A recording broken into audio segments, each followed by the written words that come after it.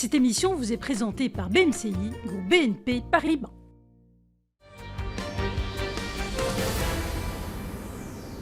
Bonjour, après 2014 et 2020, le Maroc s'apprête à lancer une nouvelle amnistie sur les avoirs détenus à l'étranger par les Marocains. On avait profité il y a quelques temps d'une interview avec l'expert comptable Mouna Kamali pour lui demander de nous expliquer les grandes lignes de cette mesure. Petit flashback. Personnes physiques donc morales qui n'avaient pas l'autorisation de détenir soit des avoirs, soit des biens à l'étranger, pourraient déclarer ces avoirs et ces biens détenus à l'étranger, moyennant une contribution allant de 2 à 10% en fonction de la nature de l'avoir, et bénéficier justement d'une dispense de contrôle par la suite et de sanctions et majorations de retard.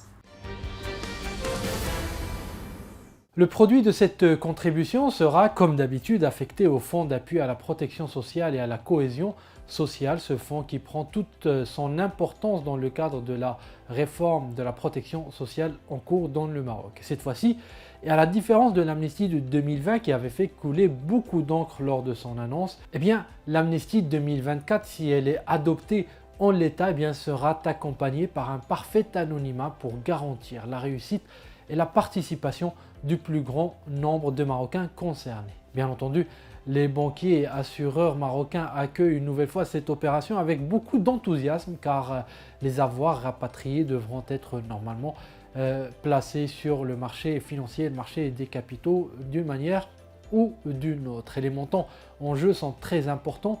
En 2014, l'opération était historique. 28 milliards de dirhams avaient été déclarés par les Marocains, dont 18 milliards de dirhams en cash. Ce montant avait baissé à 6 milliards en 2020, mais cela reste tout de même très important. Voilà pour ce tour d'horizon concernant l'amnistie sur les avoirs détenus à l'étranger par les Marocains qui est programmé dans le projet de loi de finances 2024.